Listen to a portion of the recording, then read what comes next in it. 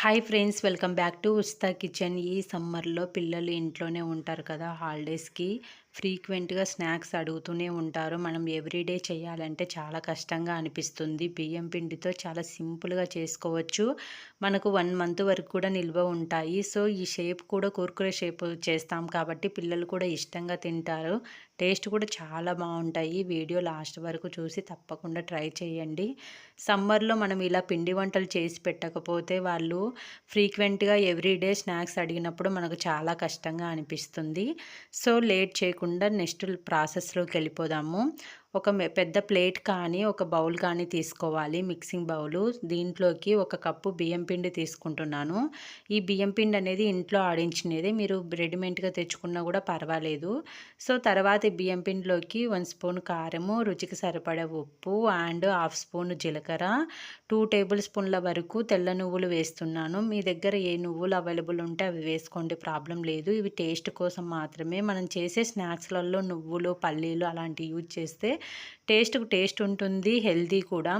So ఇదంతా బాగా కలిసే విధంగా కలుపుకోవాలి. ఉప్పు కారం అనేది ఇలా కలపడం వల్ల మనకు ఉప్పు కారం ఒకసారి చెక్ చేసుకోవడానికి ఛాన్స్ ఉంటుంది. ఇప్పుడు ఒకసారి చూసుకుంటే ఉప్పు కారం సరిపోకపోతే అడ్జస్ట్ చేసుకోవచ్చు. తర్వాత ఏ కప్పుతో అయితే బియ్యం పిండి తీసుకున్నామో సేమ్ అదే కప్పుతోనే హాఫ్ కప్పు పెరుగు తీసుకోవాలి. పెరుగు వేయడం వల్ల టేస్ట్ చాలా బాగుంటుంది.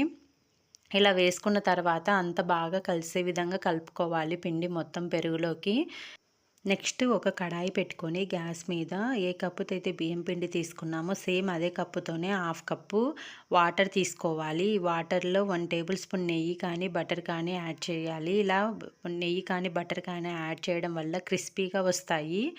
సో ఇలా బాగా మరిగేటప్పుడు వాటర్ అనేది మనం ఆల్రెడీ కలిపి పెట్టుకున్నాం కదా, పెరుగు ఉప్పు కారం వేసి ఈ పిండి మొత్తాన్ని వేసేసుకోవాలి. ఇలా వేసుకొని అంత బాగా కలిసే విధంగా కలుపుకోవాలి. సో ఇలా వేడి వాటర్లో కలిపి లో ఫ్లేమ్లో మాత్రమే ఒక 5 మినిట్స్ దగ్గరికి అయ్యే విధంగా కలుపుకుంటూ దగ్గరికి రానివ్వాలి. చూడండి, ఒక 5 మినిట్స్కి ఇలా గట్టిగా అయిపోతుంది పిండి అనేది. ఇలా గట్టిగా అయిన తర్వాత ఫ్లేమ్ ఆఫ్ చేసి మూత మూసి ఒక 10 మినిట్స్ పక్కన పెట్టేస్తే ఆ వేడికి అనేది ఇంకా బాగా మగ్గుతుంది పిండి. సో ఇలా 10 మినిట్స్ తర్వాత మళ్ళీ ఒకసారి ఓపెన్ చేసి చూసుకోవాలి. చేతికి అనేది తడి చేసుకొని పిండిని అనేది బాగా స్మూత్గా అయ్యేంత వరకు కలుపుకోవాలి. మీరు చేతికి తడి రాసుకోకపోతే వేడిగా ఉంటుంది కాబట్టి కొంచెం కాలుతుంది. సో ఒక 10 మినిట్స్ పక్కన పెట్టాం కాబట్టి తర్వాత ఇలా చేతికి అనేది వాటర్ అప్లై చేసుకొని బాగా కలిసే విధంగా కలుపుకోండి. ఇలా స్మూత్గా రావాలి పిండి ముద్ద అనేది.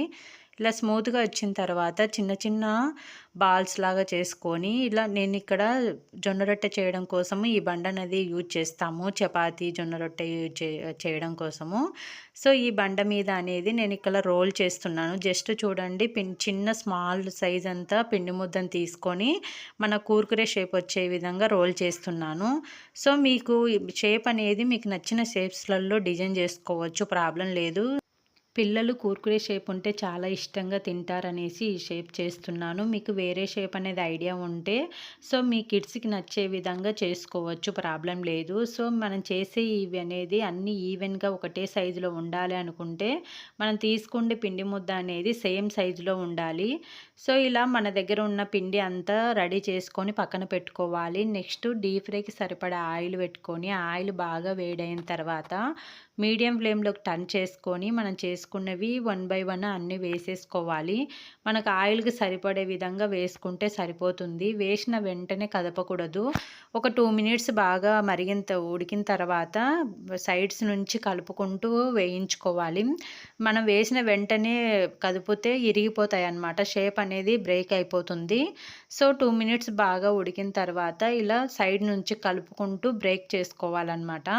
1 బై 1 అతుక్కొని ఉంటే ఇలా బ్రేక్ చేసుకొని వేయించుకోవాలి. మీడియం ఫ్లేమ్లో మాత్రమే వేయించుకోండి. హై ఫ్లేమ్లో పెడితే కలర్ వచ్చేస్తాయి. సో లో ఫ్లేమ్లో పెడితే సరిగ్గా వేగకుండా మెత్తగా వచ్చేస్తాయి. సో మీడియం ఫ్లేమ్లో ఓవరాల్గా మొత్తం వేగేంత వరకు మీడియం ఫ్లేమ్లో మాత్రమే వేయించుకోండి. చూడండి, నురగ మొత్తం పోయింది కదా, ఇలా నురగ మొత్తం పోతే మనకు కరెక్ట్గా కుక్ అయినట్టు అనమాట. మీకు ఇలా వేయించుకున్న తర్వాత ఒక ప్లేట్‌లోకి తీసుకోవాలి. సేమ్ అదే విధంగా మన దగ్గర ఉన్న పిండి మొత్తాన్ని కూడా అలానే చేసి పెట్టుకున్నట్టు వేయించుకోవాలి. నెక్స్ట్ మీకు ఒకవేళ మెత్తగా అనిపిస్తే హై ఫ్లేమ్‌లో పెట్టుకొని జస్ట్ 2 మినిట్స్ హై ఫ్లేమ్‌లో వేయించుకుంటే కరకరలాడుతూ చాలా పర్ఫెక్ట్‌గా వస్తాయి. సో, చాలా బావుంటాయి. మీరు తప్పకుండా ట్రై చేయండి. ట్రై చేసి రెసిపీ ఎలా వచ్చిందని కామెంట్ రూపంలో తెలియచేయండి. ఇలాంటి మంచి మంచి వీడియోల కోసం మన ఉస్తా కిచెన్ ఛానల్‌ని సబ్స్క్రైబ్ చేసుకొని పక్కనున్న బెల్ ఐకాన్‌ని క్లిక్ చేసి ఆల్ మీద నొక్కండి. Thank you for watching friends.